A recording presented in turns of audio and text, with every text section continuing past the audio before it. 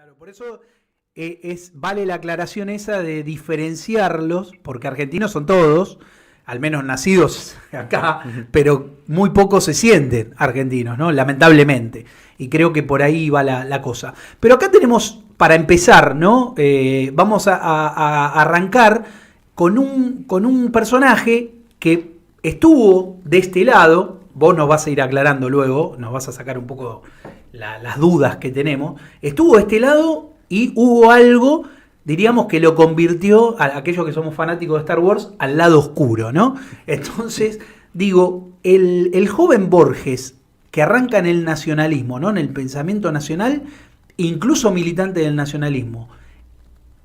Contanos un poquito de eso. No tanto militante del nacionalismo, sino un hombre de ideas fuertemente nacionalistas. Y bueno, de hecho, de ideas. Ahí está. En los años 20, yo siempre insisto en la idea de una enorme promesa del nacionalismo popular. Y que después del 55, y ahora vamos hacia atrás, pero fundamentalmente después del 55, yo diría del 35, pero con fuerza en el 55, abraza la tradición liberal sin más. Claro. Es bien interesante el caso de Borges, porque de hecho se encarga de su propia obra, de borrarla, reescribirla y sacarla de circulación. Esto es algo que es propio de casi todos los escritores que arman lo que se llama su propia imagen de escritor, muchas veces que después pasa a la posteridad convertida en mármol. De hecho, cuando uno arma la trayectoria borrada por el mismo Borges y después ratificada por la crítica literaria y por la historia de la literatura en una política de la literatura, porque con la literatura pasa lo mismo que con la historiografía.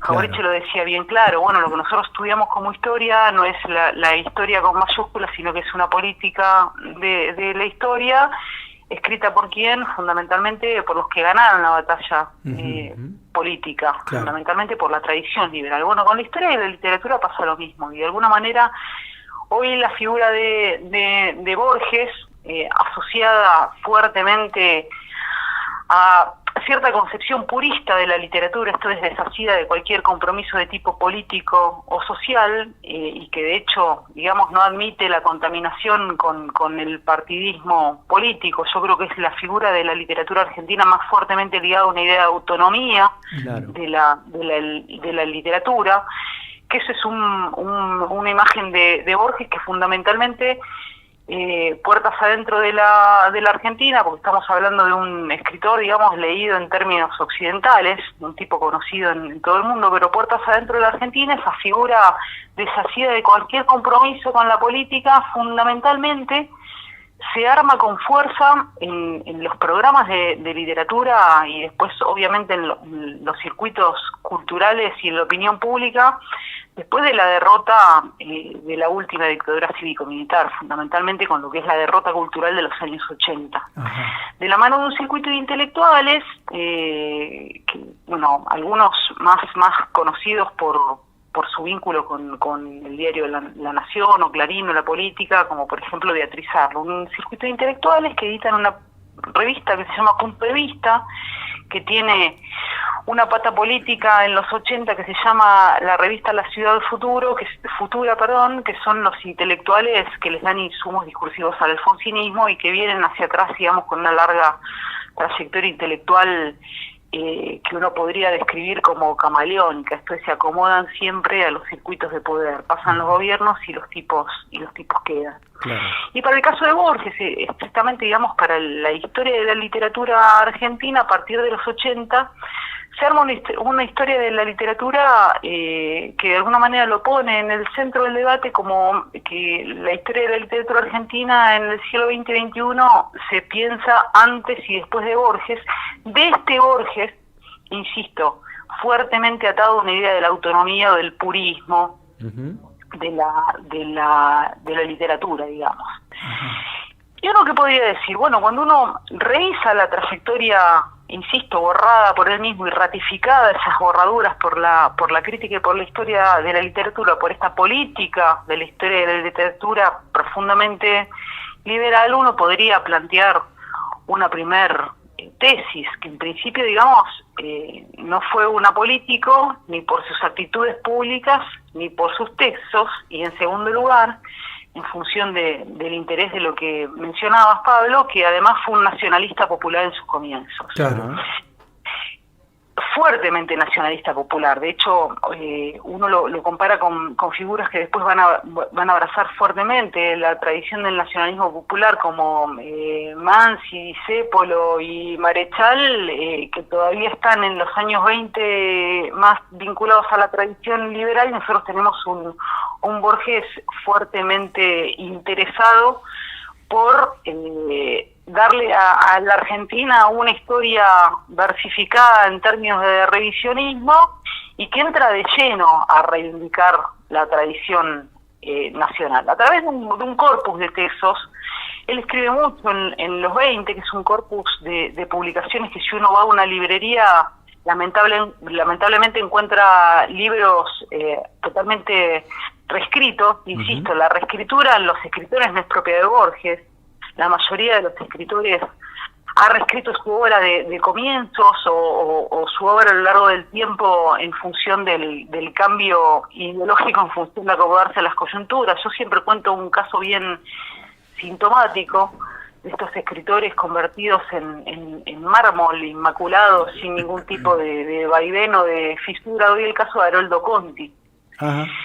Haroldo Conti, como Walsh, en los 80 se los construye como las figuras de los escritores, el escritor vinculado a la militancia o el escritor desaparecido. Claro. Así como en el caso de Rodolfo Walsh, digamos, es el escritor vinculado a la izquierda, con un tipo que nadie dice que empieza por la Alianza Libertadora Nacionalista. Claro, el caso de Conti, con una militancia política tardía, pero que para el año 74 va a estar cercano al PRT, al FAS, digamos, una organización cultural vinculada al PRT, empieza sus comienzos de escritor publicando en la revista Sur, digamos, en el exponente cultural más fuerte del liberalismo argentino. Bueno, con Borges pasa lo mismo. Lo que pasa que Borges es una de las figuras más sintomáticas que se han interesado en construir su propia imagen de escritor e intentar borrar, insisto, todos los rasgos previos que lo vinculaban al nacionalismo.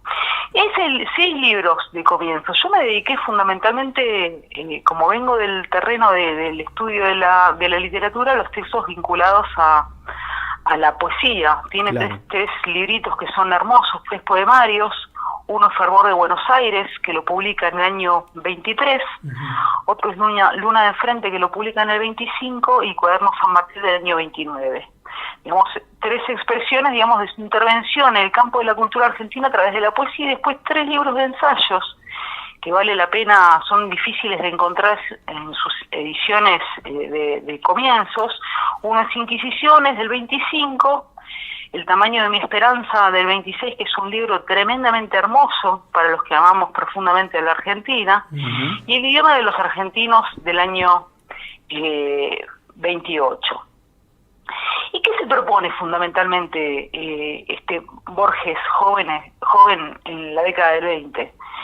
Y otra cosa para decir antes de entrar en la propuesta de Borges, que bueno, los que nos dedicamos a pensar la cultura en términos nacionales y además, digamos, con arraigo en poder pensar la cultura en términos materiales, esto es, no desasida de los dramas, conflictos, esperanzas y luchas del pueblo argentino, decimos, bueno, los escritores no nacen de hongos. Claro. Y hay que pensar, digamos, lo que implicó para la literatura argentina y para la cultura argentina el debate cultural de los años 20, porque muchas veces cuando se piensa a los escritores, se los desvincula muchas veces de los contextos de producción de sus textos, y qué sé yo, no sé, se dice, bueno, el florecimiento de la literatura argentina en los años 60. Bueno, ¿de dónde sale eso? Y de lo que fue la democratización en el acceso a la cultura en la revolución justicialista, digamos, claro, que son procesos que se dan en el seno material material y espiritual del pueblo argentino. Y bueno, ¿qué sucede en los 20?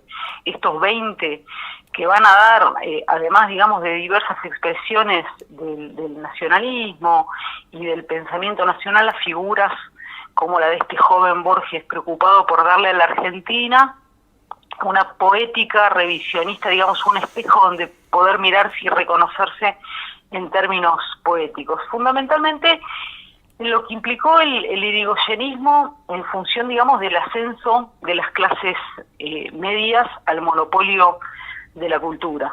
Claro. Porque hay que decir que hasta principios del siglo XX, la literatura, específicamente, era monopolio de la oligarquía. Esto es, de la clase social que en Argentina tenía el poder económico para poder editar. Hasta el día de hoy, digamos, en países dependientes como el nuestro y profundamente desiguales, es muy difícil editar un libro, y uno se lo puede preguntar a cualquier autor, los vericuetos que tiene que hacer para poder pagar la edición de un libro. Sí. Esto es, aquella clase social que tiene la posibilidad económica de editar sus obras y además tiene el tiempo de ocio para poder escribir. Fundamentalmente. Esto es, de las rentas del país agroexportador. Entonces, en los 20 se produce lo que, bueno, varios críticos, fundamentalmente, bueno, Jauretche lo menciona, Hernández Arrey, críticos vinculados al campo nuestro, denominan como primera ruptura en el monopolio de la letra oligárquica. Esto es, por primera vez aparecen en la literatura argentina firmas que surgen de los sectores medios que se integran, digamos, a los, en realidad, a los ponchazos, y empiezan a discutir la posibilidad de escribir literatura en Argentina. Y eso tiene que ver además con una democratización al acceso a la educación, un desarrollo de un público lector ampliado. Esto es una ampliación del circuito de escritores que ya no son los hijos de la oligarquía, sino de los sectores medios, que de hecho, digamos, de los sectores medios proviene el joven Borges, a diferencia, digamos, de un, pensando en el circuito de lo que va a ser Martín Fierro y Sur, de un Bioy Casares, que viene más vinculado a los sectores más acomodados. Claro. En la Argentina. ¿Y qué propone Borges en este periodo? Digamos que es un periodo, insisto, de fuerte discusión en torno a la nación y a los grandes problemas nacionales. Y pensemos en el rol de Lugones, de Gálvez, de grandes hombres que le dieron a la Argentina, que intentando darle a la Argentina un espejo donde mirarse y reconocerse, y además que empezaron a pensar en términos reales de dónde provenían los grandes dramas de la nación, que se llaman imperialismo, que se llaman oligarquía.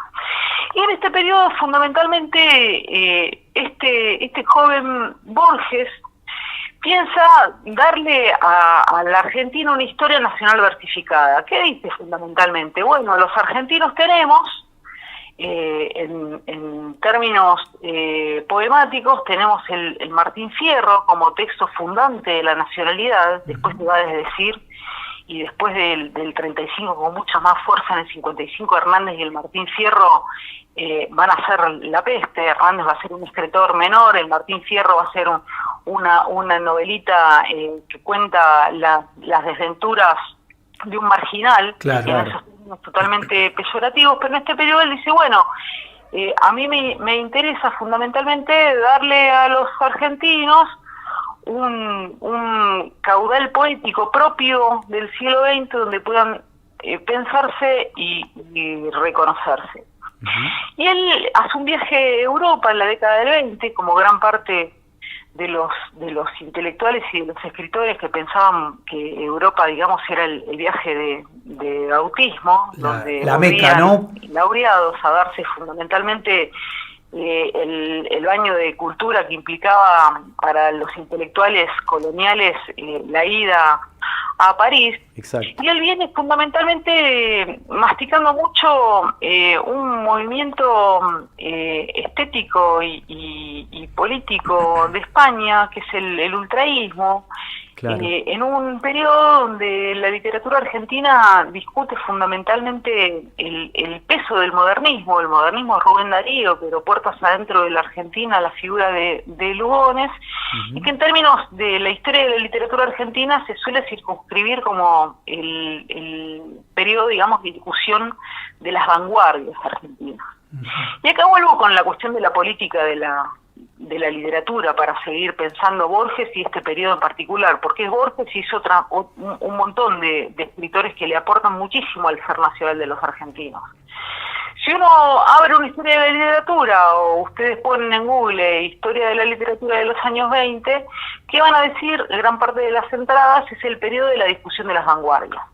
Y a nosotros con la historia de la literatura nos pasa con lo de la historiografía en términos amplios, que en general copiamos y pegamos de afuera. Entonces, por ejemplo, si Europa tuvo romanticismo, bueno, se inventa para el siglo XIX el romanticismo en el Río de la Plata. Claro. Con la salvedad de decir, bueno, ¿qué ideario tenían los románticos europeos? Y fundamentalmente todo el movimiento estético, poético, literario y político del romanticismo era un movimiento que desde el terreno del arte, pero con un fuerte peso en la cuestión ideológica y política, intentaban darle a la nación un insumo cultural vinculado de la identidad nacional. ¿Qué pasa con los románticos argentinos? Eran todos cipayos. Claro, si uno piensa, digamos, el romanticismo en Argentina durante el periodo de Rosas, piensen en Echeverría, en Mármol,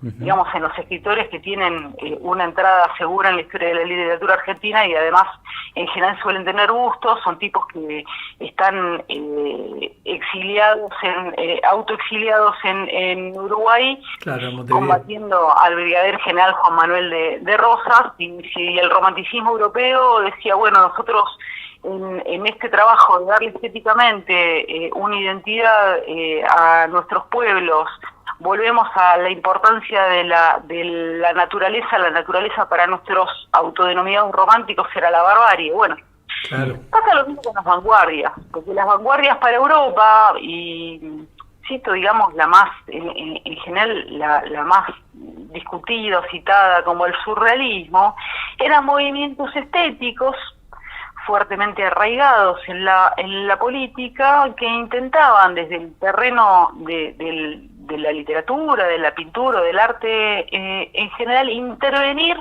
en la comunidad nacional para cambiar el estado de cosas. Claro. ¿Qué pasa cuando esas vanguardias, piensen, qué sé yo, el surrealismo? Gran parte de los surrealistas franceses militaban en el Partido Comunista Francés. Entonces eran activistas, cuyo lema que era aunar arte y vida. ¿Qué pasa cuando le importan las vanguardias a la Argentina y a todo el circuito del Río de la Plata? En realidad aparecen esqueletos estéticos vaciados de materialidad. Sí, insisto, como pasaba con el romanticismo, los románticos eran profundamente nacionalistas, los románticos argentinos eran profundamente nacionalistas pro Inglaterra o pro Francia. Bueno, eran nacionalistas, pero no de Argentina, sino de Inglaterra, claro. Tal cual, bien no de explicado. Argentina, sino de Inglaterra. Con las vanguardias pasa lo mismo. Y en este circuito donde Borges va a intervenir fuertemente del nacionalismo, hay dos grandes grupos que dirimen los lugares en el campo literario argentino, que son dos grupos jóvenes, porque las vanguardias en general son movimientos juveniles. El término vanguardia proviene del vocabulario, digamos, militar, que es ir hacia el frente. Esto es ganar espacios. Discuten, insisto, fundamentalmente con el modernismo, y tiene dos focos: un circuito más vinculado con las clases medias acomodadas y con algunos hombres de la oligarquía circunscritos a lo que se denomina el grupo de Florida, donde proviene Borges, donde proviene Marechal, donde proviene Scalabrini Ortiz, Girondo, Tuñón, bueno, donde tiene una patita puesta también Roberto Arlt, que es una figura difícil de ubicar en este periodo, enfrentados a otro circuito de escritores más vinculados a la inmigración, hijos de la inmigración y más vinculados al mundo del trabajo, cuyo modelo fundamentalmente es la literatura rusa, digamos, es las primeras expresiones de la literatura de izquierda en Argentina. Esto es dos grupos, uno más vinculado a la idea del arte por el arte, otro más vinculado al arte social, que están discutiendo la matriz del modernismo en Argentina. Están discutiendo fundamentalmente el lugar fundamental del Lugones. Claro. Dos esquemas profundamente extranjerizantes en términos mentales, digamos, porque uno copia el modelo ruso y otro quiere un arte para las élites, con la salvedad de que el grupo vinculado a los sectores medios acomodados y a la oligarquía fue, en términos coyunturales, mucho más nacional que la tradición de izquierda en Argentina, porque de hecho, digamos, gran parte de los escritores del grupo de Martín Fierro y de esta vanguardia de Florida se acercan al irigoyenismo. De hecho, Borges en este periodo forma parte del comité joven de intelectuales irigoyenista. Entonces es en este periodo donde además Borges tiene fuerte vínculo con el revisionismo histórico nacionalista. Claro. Es un periodo además de fuerte reivindicación de la figura de Rosas, que le sirve oblicuamente en los 20 para reivindicar la figura de Irigoyen. Estoy pensando, digamos, en el revisionismo de Dol, de Pepe Rosa, de los Irasusta, de varias figuras a las que Borges en este periodo reivindica. Y de hecho, bueno, hay un poema que dedica a Juan Manuel de Rosas, que obviamente después va a borrar y extirpar de los poemarios en su conjunto. Qué increíble. Insisto, reivindica la tradición de los escritores criollos como representantes de una identidad nacional, fundamentalmente la figura, insisto, de José Ramírez, pero también los cielitos patrióticos de antaño, y fundamentalmente en lo que insiste es en la necesidad de hacer énfasis en la existencia de una identidad nacional. Y de hecho hay un ensayo que está en Inquisiciones, y después estas ideas, digamos, de este ensayo aparece también en el cuerpo de las poesías, donde dice, bueno, es necesario ratificar la identidad argentina verdadera, consustanciado a la historia, de las costumbres y al lenguaje de nuestro pueblo, vinculado al auténtico ser argentino. En un periodo, además, recordemos los años 20 de fuerte llegada de inmigración, donde también está el debate sobre la contaminación de la lengua, sobre cuáles son los verdaderos argentinos, si los advenedizos recién llegados de los barcos o hijos de sus advenedizos, o los hombres con fuerte tradición en el país.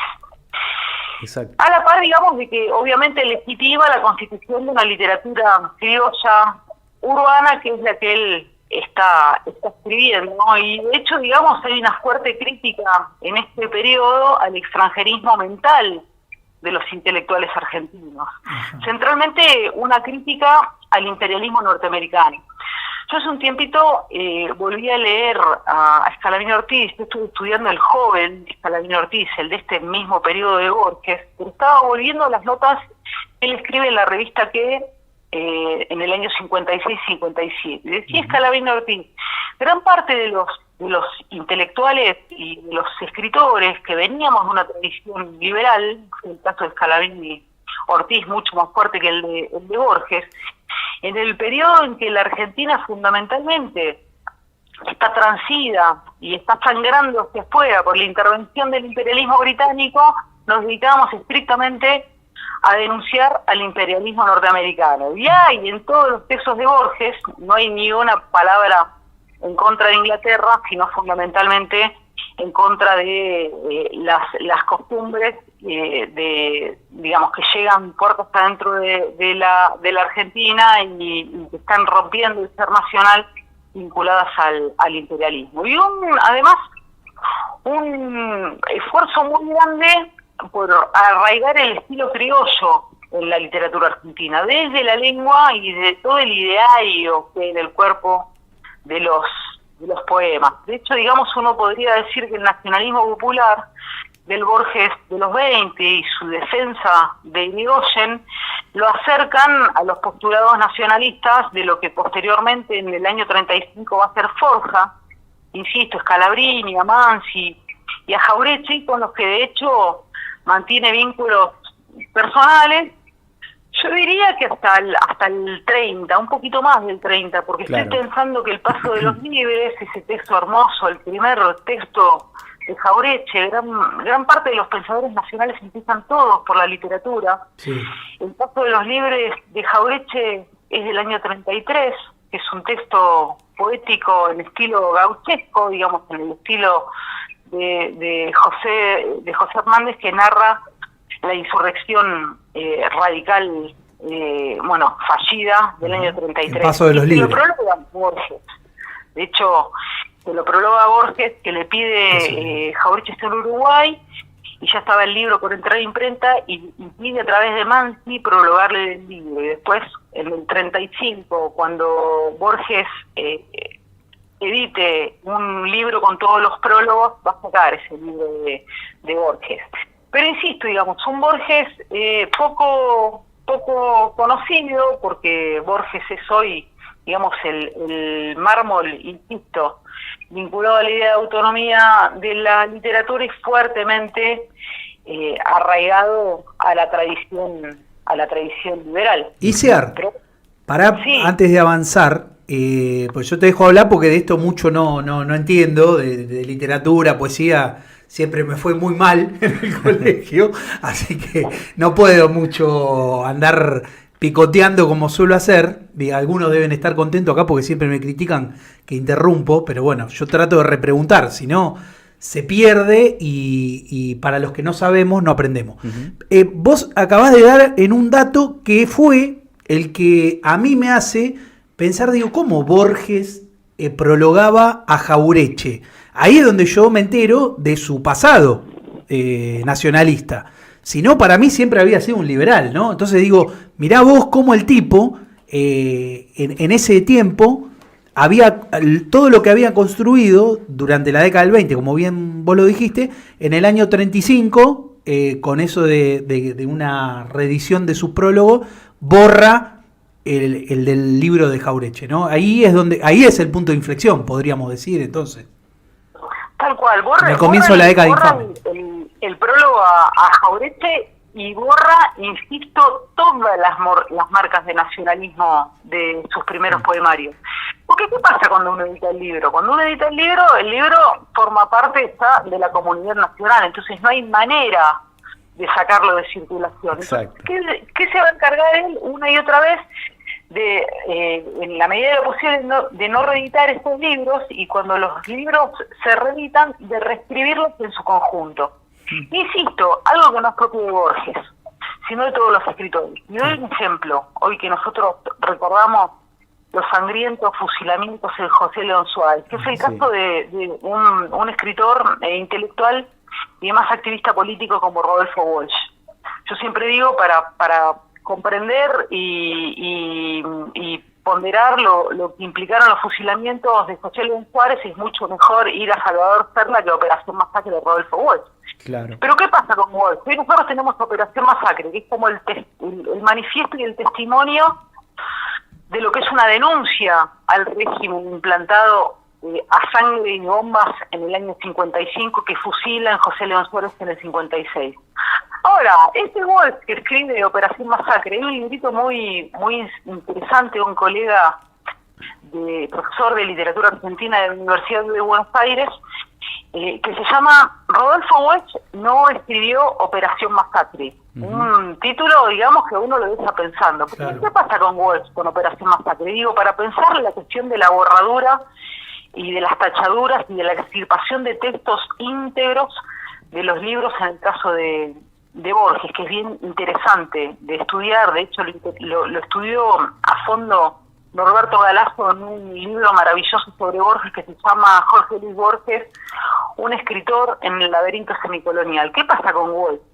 ¿Por qué escribe Walsh Operación Masacre? Un Walsh, insisto, que venía de la Alianza Libertadora Nacionalista, uh-huh, pero que se lo come, si se quiere, la tradición liberal. Nosotros sabemos que los escritores y los intelectuales provienen en su mayoría, insisto, después de la década del 20, de los sectores medios, y que todo el aparato del colonialismo cultural ha actuado en función fundamentalmente de cooptar en términos ideológicos a los sectores medios. Bourdieu es un tipo que en realidad quiere ganar un premio literario. Claro.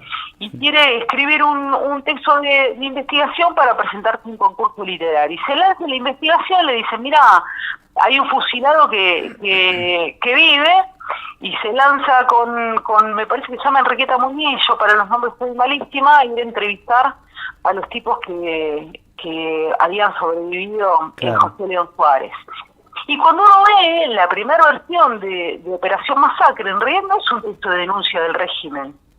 Es un texto totalmente desnacido de crítica a lo que implicó el 55, de hecho más de una referencia al tirano prófugo y a la dictadura. Por eso digo que cuando se construyen algunas imágenes de escritor deshacidas de contradicciones y de virajes, o algunos textos que los proclama como manifiestos de denuncia, no lo son tal. Exacto. ¿Y qué hace Walsh? Reescribe, pero fundamentalmente lo que hace en distintas coyunturas es agregar lo que se llaman los paratextos, prólogos. Ustedes saben que un prólogo es fundamentalmente una intervención del autor en el texto que señala cómo tiene que ser leído el texto. Claro. Y uno ve el primer prólogo, la primera edición, de hecho edita Operación Masacre en un diario nacionalista de Sánchez Orondo. Claro. Si no le estoy errando, no me acuerdo cómo se llamaba, lo va editando por entregas. Sí, y el primer prólogo que dice, bueno, en realidad acá hoy se respira libertad porque nos sacamos de encima una dictadura, a un escritor que hoy, digamos, se lo vincula como el vocero del peronismo autodenominado de izquierda. Claro. El tipo dice, bueno, esto que sucedió en José León Suárez, en realidad yo no critico al régimen, no critico a Aramburu, sino que lo que llamó la atención es que indudablemente se le fue la mano a la fuerza policial, digamos, alerta de eso. Y después en las distintas revisiones posteriores, cuando él se va acercando, digamos, va nacionalizando su conciencia, después se va de mambo, digamos, por izquierda, pero bueno, es otro debate. Él va integrando prólogos que de alguna manera, con algunos retoques en el cuerpo del texto, le van dando otro sentido al texto que va a tener hoy, que uno lo lee como denuncia de los fusilamientos, pero en su momento no lo eran. De hecho, él dice, bueno, esto fue se le fue la mano al comisario, pero insisto, esto no es un problema porque la Argentina respira libertad. Increíble. Bueno, Borges, ¿qué hace? En realidad, de un corpus, de hecho, de 800 textos poéticos, los reduce a 173. Es increíble lo que tala. Después, qué sé yo, borra palabras, todas las palabras donde él intentaba darle a la poesía un tono criollo, las corrige. Obviamente desaparece el texto, el poema que le escribe a Rosas, el que le escribe a Facundo Quiroga, porque bueno, él dice, yo soy montonero y federal, digamos, un tipo que está, insisto, como muchos otros escritores que después van a estar cercanos en el 43 al inicio de la Revolución Justicialista, pero en este momento son profundamente liberales. Borges está de lleno metido en la cuestión nacional y en el entendimiento, en la necesidad de darle a la Argentina, así como la historiografía le está dando una historia revisada, contada de los intereses nacionales, él hacer eso mismo desde los versos. Y bueno, sí, son textos bellísimos. Y después, ¿qué sucedió? Sucedió que los libros los reescribió todos, y después cuando Borges se muere, su heredera, que es María Kodama, menos interesada por la figura inmaculada de Borges que por los derechos de autor, vuelve a reeditar las obras de comienzos. Claro. Entonces ahí uno tiene la oportunidad, salvo que dé con alguna de las ediciones primeras, de ver los textos, los libros sin talar y los textos completos, digamos, con el imaginario del nacionalismo popular, insisto, claro, con la defensa de Irigoyen, cuando Irigoyen va a ser, después del 30 y con mucho más fuerza, después de la irrupción del justicialismo, va a ser otro tirano prófugo y la expresión de la barbarie, claro, como los caudillos, ni hablar con la cuestión de la figura de Rosas. Exactamente. Bueno, o sea que gracias a, podríamos decir, ¿no? Gracias a la viuda, es que se pueden ahora conseguir esos textos que el mismo Borges se había encargado de borrar porque lo delataba como un profundo nacionalista, ¿no? Una cosa así. Y no sabés lo que es el trabajo de borradura y de reescritura de los textos. Un trabajo muy minucioso, muy puntilloso y muy exacerbado. Insisto, Galán se preocupó de estudiar los cambios, de ver qué saca, qué pone, y bueno, otra cosa que hace, así como lo hizo Walsh con Operación Masacre, claro, es el tema de los prólogos. Y cuando él en vida se le hagan, fundamentalmente en los 70, se le hagan preguntas sobre estos textos de comienzos, él va a decir, bueno, no, en realidad eran ejercicios pueriles de un joven, algunas borraduras de poemitas. Bueno, insisto, son 6 libros. Claro. Los 6 libros no son, dicho en criollo, moco de pavo, pero va a hacer lo posible por minimizarlos y por sacarlos de circulación. Increíble. De hecho, tiene una cuestión interesante, porque cuando le propongan a Borges publicar sus obras completas, hay varias obras completas de Borges, pero la primera es una proposición que le hacen en el año, me parece que 54. De hecho, Borges, que es una de las figuras, digamos, que más armó el mito del escritor perseguido por el justicialismo, claro, pero luego, digamos, edita sus obras completas al calor de la política editorial de las editoriales nacionales del justicialismo. No obstante, si uno piensa, bueno, escritores perseguidos por el régimen despótico y por el oscurantismo peronista, es fundamentalmente Borges. Y después está el mito este del Ministerio de Aves,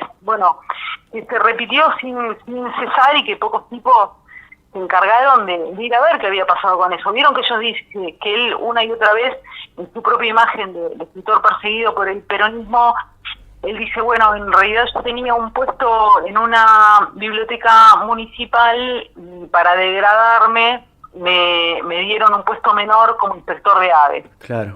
Y en realidad son un tipo de la cultura que se encargó de ir a ver el legajo, porque es un lugar común que se repite y se repite el día de hoy.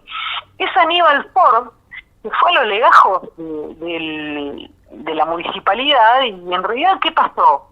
Había un decreto, y es previo a la ascensión del gobierno justicialista en el año 46, un decreto de comportamiento de los empleados municipales, donde estaba prohibido dar expresiones o opiniones en política, y él lo hace, y en realidad se lo corre de su cargo. Claro. Pero no está en ningún lado asentado que haya ido al Ministerio de Aves. Pero bueno, eso ha pasado a la posteridad y le ha dado de comer. Iciar. A los lugares comunes del liberalismo, fundamentalmente por izquierda, repite una y otra vez para bajarle el precio a la revolución justicialista, que, insisto, hizo por la cultura nacional en términos de distribución de la letra y acceso a la cultura, por lo que implicó la justicia social, como ningún gobierno lo hizo en la historia argentina. Obviamente pasando de largo la gratuidad universitaria y un montón de cuestiones de